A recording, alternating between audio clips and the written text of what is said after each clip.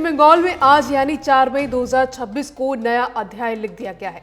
यानी 15 साल तक सत्ता में रहने के बाद ममता बनर्जी की सरकार हार गई।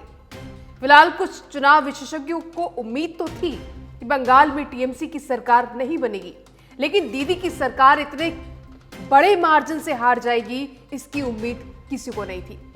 पश्चिम बंगाल विधानसभा चुनावों में बीजेपी ने एक तरफा जीत हासिल की है और बीजेपी की यह जीत सिर्फ पश्चिम बंगाल में ही नहीं बल्कि पूरे देश में बीजेपी कार्यकर्ताओं में एक अलग ही तरह का जोश इस जीत ने भर दिया है।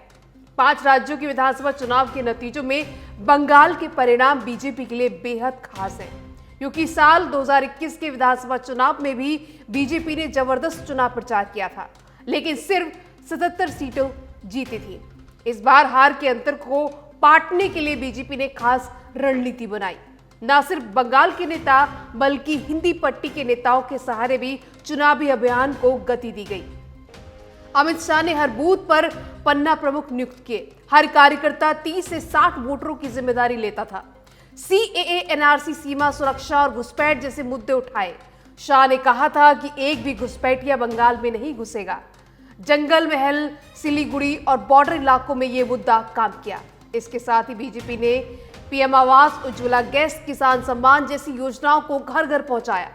नितिन नवीन ने परिवर्तन का नारा दिया और शुभेंदु अधिकारी, दिलीप घोष जैसे स्थानीय नेताओं को आगे किया, और जिसका नतीजा आज पूरे देश ने देख लिया। अब सवाल आता है कि ममता बनर्जी से कहां चूक हुई। चुनावों से पहले ममता बनर्जी ने बड़े बयान दिए थे। कहा था एग्जिट पोल गोदी मीडिया की साजिश है, हम 226 सीटें जीतेंगे। इसके साथ ही उन्होंने कहा था कि केंद्रीय बलों ने वोटरों को डराया। एसआईआर में लाखों सच्चे वोटरों के नाम काट दिए गए। फिलहाल अब बीजेपी की जीत के बाद टीएमसी के कई नेताओं के बयान आ चुके हैं जो कह रहे हैं कि ये जीत जनता की नहीं, साजिश की है। लेकिन जब सवाल आता है कि ममता बनर्जी से चूक लेकिन हुई कैसे, तो दरअसल ममता बनर्जी, उनकी पार्टी टीएमसी की हार का सबसे बड़ा मैसेज ये है कि अगर आप ठीक से 5 साल सरकार नहीं चलाते हैं तो डायरेक्ट रुपए बांटकर भी चुनाव नहीं जीत सकते हैं।